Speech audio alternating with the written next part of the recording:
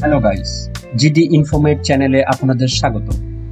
আমাদের আজকের বিষয় ডেঙ্গু জ্বর একটি ভাইরাস ঘটিত রোগ যা বিশ্বের দক্ষিণ পূর্ব এশিয়া, পশ্চিম প্রশান্ত মহাসাগরীয় দ্বীপপুঞ্জ, ল্যাটিন আমেরিকা ও আফ্রিকার সবচেয়ে বেশি ডেঙ্গু দেখা যায়।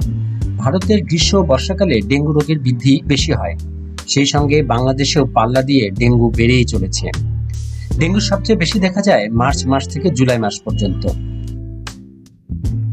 তীব্র মাথা ব্যথা, বমি বমি ভাব, মাথা ঘোরা, ত্বকে বিভিন্ন স্থানে ফুসকুড়ি দেখা দেওয়া, মাংসপেশিতে যন্ত্রণা করা বা ব্যথা করা, চোখের ভিতরে ব্যথা করা, অতিরিক্ত শরীরের তাপমাত্রা 105 ডিগ্রি হয়, গ্রন্থি ক্রমান্বয়ে ফুলে যাওয়া, গলায় শুকিয়ে যাওয়া, পানির পিপাসা বেশি লাগে, শরীরে লালচে রাশ দেখা দেয়, ডায়রিয়া সহ খাবারের অরুচি ভাব হতে পারে, অতিরিক্ত ক্লান্তি বোধ হতে পারে।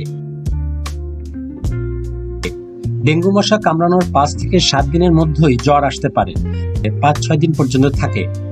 যে ব্যক্তি একবার ডেঙ্গুতে আক্রান্ত হয় সে ব্যক্তির 3 থেকে 4 বার ডেঙ্গু জ্বরে আক্রান্ত হওয়ার সম্ভাবনা থাকে। প্রথমবার যখন আক্রান্ত হয় সাধারণত জ্বর আসে এবং এটি স্বাভাবিক থাকে।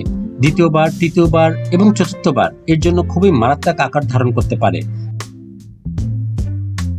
ডেঙ্গু জ্বর হলে প্যারাসিটামল খাওয়া যেতে পারে, তবে একজন প্রাপ্তবয়স্ক মানুষ প্রতিদিন সর্বোচ্চ 4টি প্যারাসিটামল খেতে পারেন। যেসব রোগী লিভার, হার্ট এবং কিডনি জাতীয় অসুখে ভুগছে তারা অবশ্যই ডক্টরের পরামর্শ নিয়ে খাবে। ডেঙ্গু জ্বর হলে যে ওষুধটি খাবে না সেটি হচ্ছে অ্যাসপিরিন জাতীয় কোনো ওষুধ।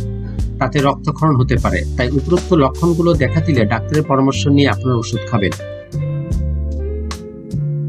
খাদ্য তালিকায় দুধ, দই ও দুগ্ধজাত খাবার রাখা দরকার। দইয়ে থাকে ল্যাকটোয়েট ব্যাসিল নামক ব্যাকটেরিয়া যা অনেক উপকারী। এসব খাবার খেলে সোডিয়াম, পটাশিয়াম, ফসফরাস পরিমাণ ঠিক থাকে। প্রোটিন জাতীয় খাবার রোগ সারাতে সাহায্য করে। খাদ্য তালিকায় রাখুন ডাল, বাদাম, মাছ, মাংস, ডিম ইত্যাদি। আপনার পেঁপের পাতার রসটা খেতে পারেন। তরল জাতীয় খাবার হিসেবে ডাবের পানি, ফলের রস, স্যালাইন, বিভিন্ন রকম শরবত যেগুলো কেমিক্যাল ছাড়া হয়ে থাকে সেগুলো খেতে পারেন। আয়রন সমৃদ্ধ খাবার খেলে অনেক উপকার আসে। ভিটামিন সি সমৃদ্ধ খাবারে প্লেটলেটের সংখ্যা বাড়াতে সাহায্য করে। মশা যেন না কামড়ায় সেজন্য শরীরে ঢাকা জামা কাপড়, জুতা পরিধান করুন। রাতে শোবার সময় অবশ্যই মশারি টাঙিয়ে চারিপাশে ভালো করে গুজে শুতে হবে, যেন মশারিতে মশা না ঢোকে। মশা বংশবিস্তার না করতে পারে সেজন্য বিভিন্ন কেমিক্যাল জাতীয় ওষুধ পাওয়া যায়, সেগুলো ব্যবহার করতে হবে। বাড়ির আশেপাশে যেন জঙ্গল না থাকে সেদিকে খেয়াল রাখতে হবে, কারণ মশারা বংশবিস্তার করে পানি জমলে।